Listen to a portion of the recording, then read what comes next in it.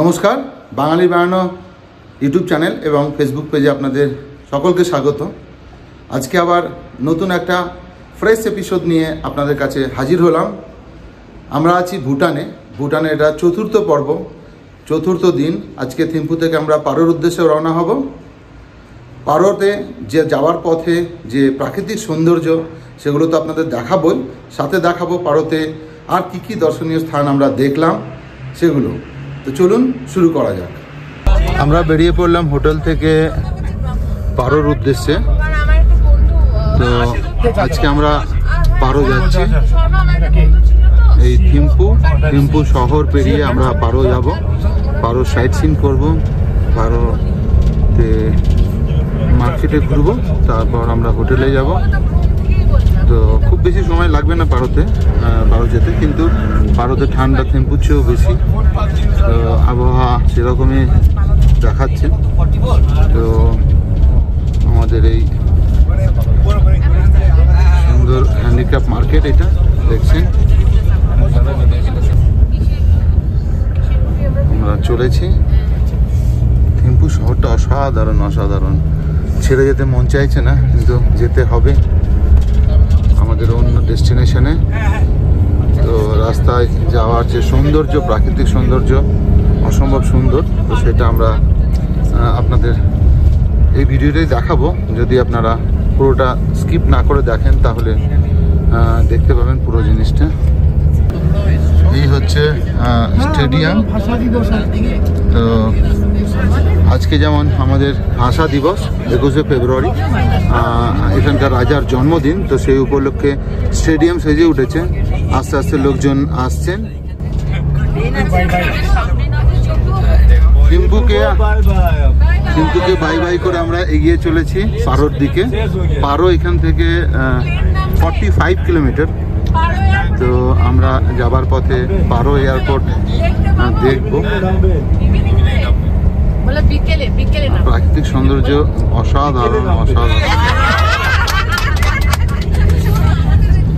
এই যে আমাদের গাইডের সাথে সবাইকে শিখিয়েছেন। আজকে মাতৃভাষা দিবস, তো সবাই বাংলাতে কথা বলার জন্য করছে।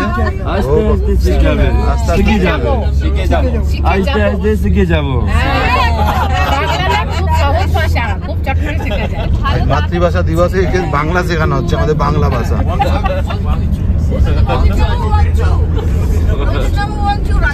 সবাই আমরা আমাদের লাইফকে বাংলা শিখিয়েই ছাড়বো।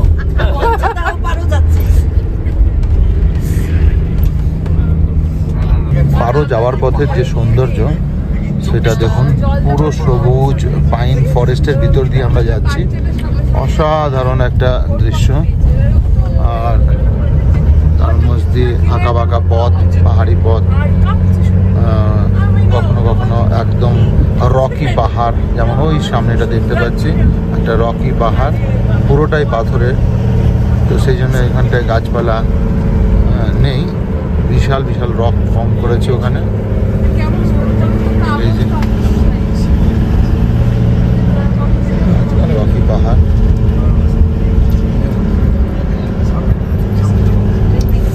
তো এইগুলো পেরিয়ে আমরা এগিয়ে চলেছি।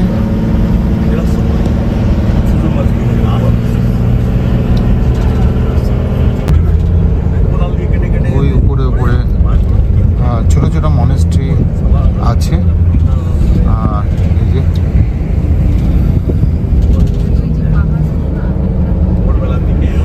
এগুলো সবই রক ফর্মেশন করেছে এই পাহাড়ে। আর এই সাইডেও দেখতে পাচ্ছি বিশাল রক।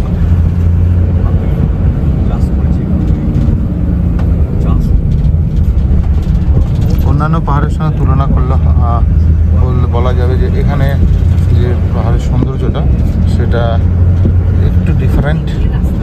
অন্যান্য আমাদের দেশের যে পাহাড় যেগুলো আছে তার সাথে একটু সামান্য ডিফারেন্স।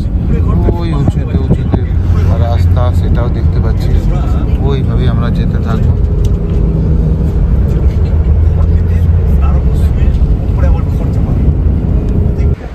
তো এখানে আমরা দাঁড়ালাম। এটা দুটো নদীর কনফ্লুয়েন্স এখানে আছে। ওয়াংচু এবং পাছু নদী দুটো মিলিত হয়ে দামচু নদীতে পরিণত হয়েছে এবং এগিয়ে গেছে। আমরা এখানে একটু দাঁড়ালাম দেখার জন্য এই জায়গাটা। আমরা এগিয়ে চলেছি। এই টুপিটা হিমাচলের পরে খুললে লোকে দিয়ে এরা হচ্ছে টুরিস্ট। না সিরিয়াসলি বলছি। আমরা একটা ব্রিজের ওপর দিয়ে যাচ্ছি।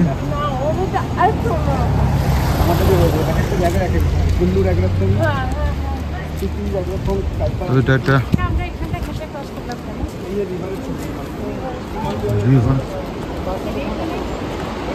একটা নদী দেখতে পাচ্ছি। নদীর যে ফ্লো দেখুন কতটা স্পিডে সেটা দেখুন।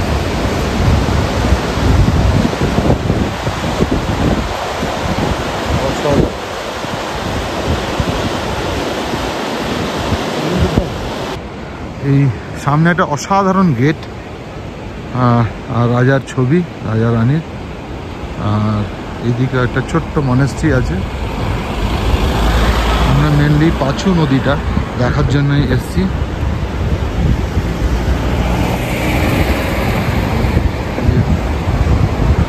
সঙ্গমস্থল বললাম, এখান থেকে একটা নদী আসছে ওয়াংচু আর একটা হচ্ছে পাছু। এই দুটো নদী মিলিত হয়ে এটা দামচু নামে এগিয়ে চলেছে। অসাধারণ দৃশ্য, একটা সঙ্গমস্থল। তো এটা দেখার জন্য আমরা নামলাম এখানটায়। তারপর আমরা ডান দিকে ওদিকে চলে যাব পারোর দিকে। তো দুটো নদী, ভীষণ স্রোত। এই যে বোর্ডটা দেখতে পাচ্ছেন, ডান দিকে আমাদের আছে পারো, টাকসান, জুগেল, জং। আর বাম দিকে যেটা যাচ্ছে সেটা হচ্ছে হা ভ্যালি। যারা অফবিট যেতে চায়, বুমথাং, হা, নাগু, তাদের জন্যে এইখান থেকে এই রাস্তাটা চলে যাচ্ছে। আর বাকি এইখানে আমাদের দুটো বাস দাঁড়িয়েছিল এই কনফারেন্স পয়েন্টটা দেখার জন্য, সঙ্গমটা দেখার জন্য। তো দেখে আমরা আবার বাসে উঠে এগিয়ে যাব। সুন্দর রাস্তা ধরে আমরা চলেছি। আমরা কনফারেন্সটা দেখলাম দুটো নদীর, তারপর আবার এগিয়ে চলেছি পারোর দিকে। তাড়াতাড়ি পৌঁছে যাব পারো, খুব বেশি দূর নয়। তবে পাথরের যে পাহাড়গুলো আমরা দেখছি, রকি পাহাড়গুলো, এটা একটা অদ্ভুত ফরমেশন হয়েছে। এগুলো দেখতেও একটা অন্যরকম। পাইন ফরেস্টটা একটা দেখে এলাম, তারপরে হঠাৎ করে চেঞ্জ হয়ে গেল। আমাদের ওই বাসটার সামনে যাচ্ছে, এক একটা বাসে 16 জন করে বসে আছে, ইনক্লুডিং ট্যুর গাইড আর আমরা যারা আছি। একদম নদীটা কাছে এসে গেল। এই পাছু নদী না? পাছু। এই যে নদীর পাশ দিয়ে আমরা রাস্তা, নদীর পাশ দিয়ে বয়ে চলেছি। নদীর নিজের মনে বয়ে চলেছে আর আমরা তার উল্টো স্রোতে যাচ্ছি।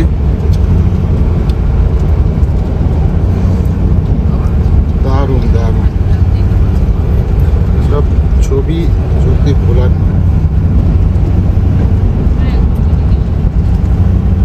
আমরা এই ব্রিজ পেরিয়ে আরো চলে যাবো, মানে পাছু নদীর উপরে যে ব্রিজ, সেই ব্রিজটা ক্রস করলাম। ক্রস করে এগিয়ে যাচ্ছি। আর ভুটানে সবচেয়ে বেশি দেখা যাচ্ছে টয়োটার গাড়ি। তো এই জায়গাটা অসাধারণ সুন্দর, একদম বলতে পারেন গাছপালাহীন একটা পাহাড়। কারণ এটা পুরো রকি পাহাড়, তো গাছপালা খুব কম হয়েছে, পুষ জাতীয় কিছু হয়েছে। নদীর পাড়ে পাড়ে কিছু গাছপালা আছে। এই যে সৌন্দর্য কিরম আমাদের পরতে পরতে লেগে আছে।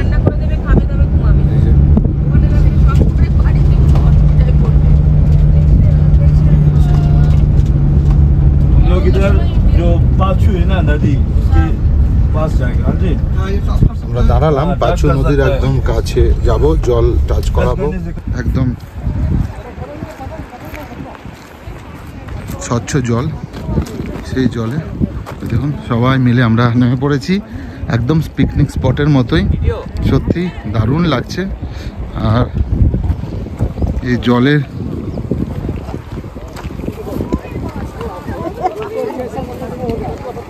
এই যে জল, সবাই মিলে জলে করার চেষ্টা করে চলেছে। আরে দারুণ হয়েছে এটা। তো দারুণ একটা জায়গা, এইখানটা কারেন্ট আছে, এইখানটা ভালো কারেন্ট আছে, এই জায়গাটা একটু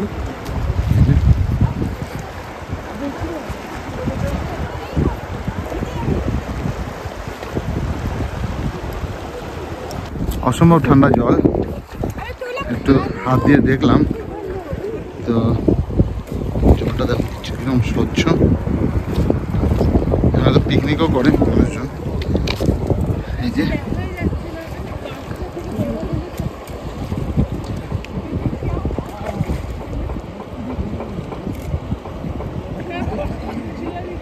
দারুণ, একদম স্বচ্ছ জল, নিচে পাথর, মুড়ি পাথর একদম ভর্তি বিভিন্ন কালারের।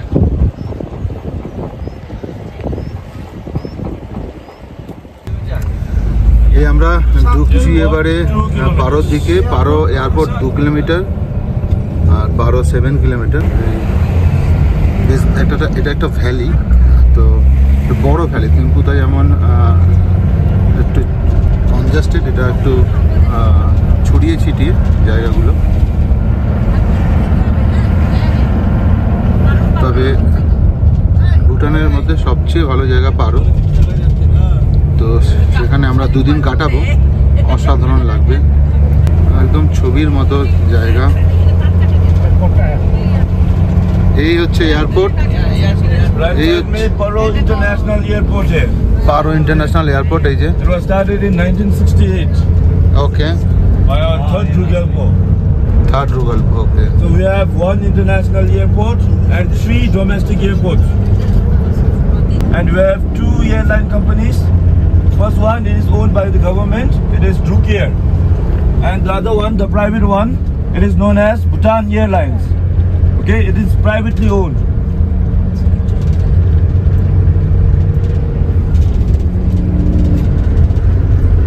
তো এই পুরো টারকাটা দিয়ে যেটা ঘেরা জায়গাটা দেখছেন, সেটা হলো পারো ইন্টারন্যাশনাল এয়ারপোর্টের জায়গা। সেজন্য টারকাটা দিয়ে ঘেরা আছে। এর ভিতরে বিভিন্ন এয়ারপোর্ট অথরিটির বিভিন্ন বিল্ডিং। আমরা এগিয়ে চলেছি পারো, এখান থেকে আরও 5 কিলোমিটার। টিচার ট্রেনিং ইনস্টিটিউট এটা একটা, একদম নদীর ধারে। কি ভালো লাগছে সত্যি, দারুণ দারুণ।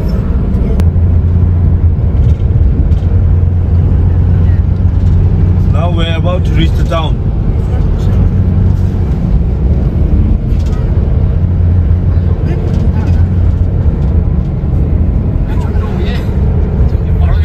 Paradong.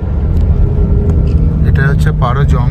তো দেখুন এখানে একটা কাঠের ব্রিজ, মানে নদীর পাড়ে জংগুলো বানানো হয়েছে যাতে শত্রুর আক্রমণ থেকে করা যায়।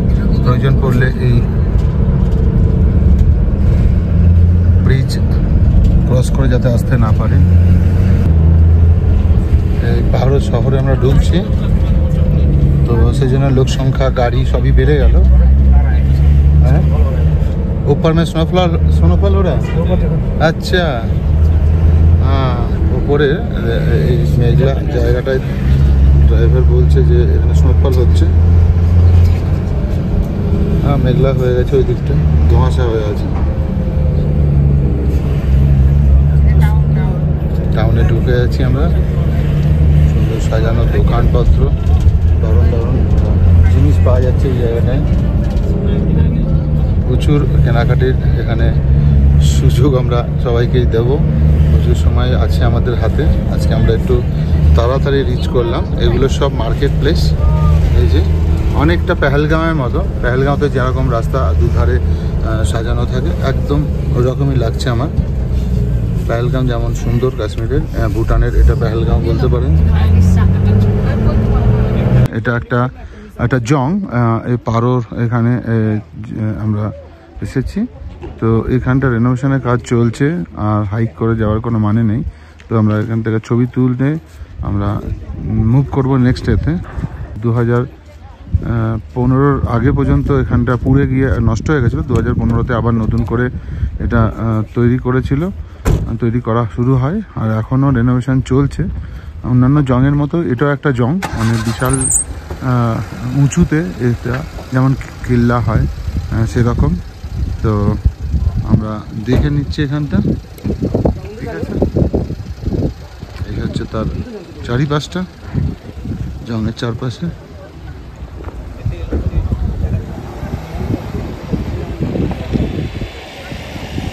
এই হচ্ছে জায়গা, ঠিক আছে। তো দেখা হচ্ছে পরের এতে। পাইন ফরেস্টের ভিতর দিয়ে আমরা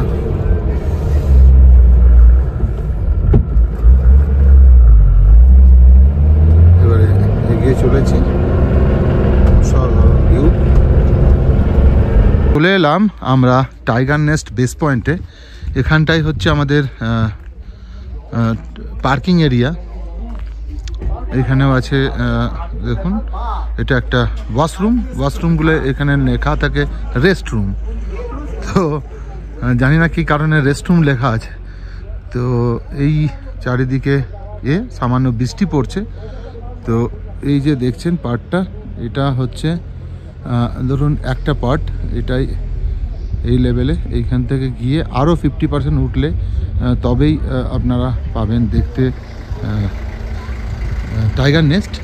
তো আমরা সবাইকেই অপশান দিয়েছি যে যারা যেতে চাইবেন যাবেন, যারা যেতে চাইবেন না যাবেন না, দুরকম অপশানই থাকছে। এবার নিজেদের মধ্যে আলোচনা করে আমাদের জানাবেন। চলে এলাম পরের স্পটে। এটা হচ্ছে নাম হচ্ছে কিছু লাগাং, একটা টেম্পল, একটা বুদ্ধিস্ট টেম্পল।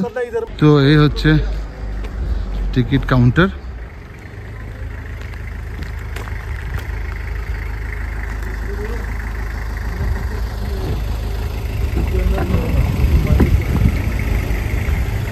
এটা হচ্ছে टिकट काउंटर। पर टिकट कितना है? 500। ओके। तो पर टिकट শুনে নিলেন 500 টাকা করে। কিছু লাগাং বুদ্ধিস্ট টেম্পল। আর এই যে এটা হচ্ছে সে তার যাওয়ার রাস্তা, আর এই যে টেম্পল। এই স্পটটা আমরা একটুখানি ঘুরে দেখে নিয়ে তারপরে আবার আমরা পরের স্পটে যাব। ওই দূরে যেটা দেখা যাচ্ছে ওটাই হলো পারো জং, দুর্দান্ত ভিউ এটা। আর সামনে দিয়ে এটা এই যে নদীটা যাচ্ছে সেটা হচ্ছে পাছু মানে রিভার। এই হচ্ছে বাইরে থেকে স্ট্রাকচারটা যেটা দেখতে পাচ্ছি আমরা। এই সামনে একটা এন্ট্রি গেট আছে, এখান থেকে ঢুকে আমাদের দেখতে হবে। প্রচণ্ড হাওয়া, আর ফ্ল্যাগ দেখলেই বুঝতে পারবেন কীরকম হাওয়া দিচ্ছে। হালকা হালকা বৃষ্টি পড়ছে। আর এই যে পাছু নদী, তার পাশ দিয়ে এরকম রাস্তা সুন্দর। তো এটা হচ্ছে পারো জংয়ে ঢোকার রাস্তা। এখান থেকে আমরা জং দেখব। এই যে এন্ট্রি পয়েন্ট। পুনাখাতেও যেমন দেখলাম সেরকমই পুনাখা জংয়ে ঢোকার মুখেও এরকম একটা দুয়ার ছিল। আর তারপর একটা নদী পেরিয়ে আমাদের যেতে হয়েছিল পুনাতাংচু। এখানে সেটা পাছু রিভার পেরিয়ে আমাদের যেতে হবে। এই যে কাঠের ব্রিজ, কাঠ দিয়ে তৈরি, প্রচণ্ড ঠান্ডা। এই যে নদীটা, তো জঙ্গের ভিতরে আমরা ঢুকে গেলাম। এখানে ঘাসগুলো পুরো এখন সবুজ নেই, হলুদ হয়ে গেছে। আর এই উঁচু একদম কিলা, জং মানে কিলা বা রাজাদের বাড়ি, যেমন রাজস্থানে দেখা যায় উঁচু জায়গায়, সেরকমই। চলে এলাম হোটেলে, আমাদের পারোর আজকের হোটেল রত্নাভারা। এই যে হোটেল দেখছেন, হ্যাঁ দুর্দান্ত হোটেল। তো এই হোটেলে আমরা যাব, সবাই এখানে এসে একটু ওয়েট করবে, আমরা তারপর হোটেলের রুম আমরা করব। নমস্কার, এটা হচ্ছে রিসেপশন, এখান থেকে আমরা, আর এখানটায় লিফট, আর এটা খাবার জায়গা। সুন্দর রিসেপশন, অসাধারণ, সব ছবি টবি দেওয়া আছে। ইন্ডিয়ার এখন 4:30 বাজে। ঠিক আছে, পরে আবার দেখাবো হোটেলটা কেমন। আমরা হোটেল রত্নাভারাতে পৌঁছে গেলাম। আমাদের যে রুমটা আছে সেটা একবার দেখিয়ে নিই। এটা ডাবল বেডের রুম। এই রুমে ঢুকলাম, ঢুকেই দেখুন ডাবল সাইড বেড আছে। আর এটা যেহেতু ভিউ রুম, ভিউ মানে হোটেল ভিউ, একটু পাশ দিয়ে দেখা যাচ্ছে পাহাড়। তো এরকম ভিউ আছে। আর হ্যাঁ, আর এই দিক থেকেও যদি দেখেন তাহলে একটা সামনে হোটেল, আর ওই দিকে মাউন্টেন দেখা যাচ্ছে। আর এরকমই একদম মার্কেট লাগোয়া, দুটো করে বালিশ, একটা করে কুশন দেওয়া আছে, সুন্দর করে সাজানো দুটো টাওয়াল। আর এদিকে হচ্ছে একটা টিভি আছে, ইলেকট্রিক কেটল। এখানে প্রচণ্ড ঠান্ডা, তাই একটা সোলার ইলেকট্রিক হিটার এই যে দেওয়া আছে। আর আছে এখানে একটা ওয়ার্ড্রপ, আপনার সাইড টেবিল আর টেলিফোন। এখানটা হচ্ছে একটা মিরর, স্লাইডিং ডোর। এই বাথরুমে এটা একটা ওয়েস্টার্ন টয়লেট, গিজার দেওয়া আছে। এখানে স্নান করার জায়গা, আর ওয়াশ বেসিন, একটা হেয়ার ড্রায়ার। তো ঠিক আছে, আপাতত এখানেই আমি রুম ট্যুর শেষ করলাম।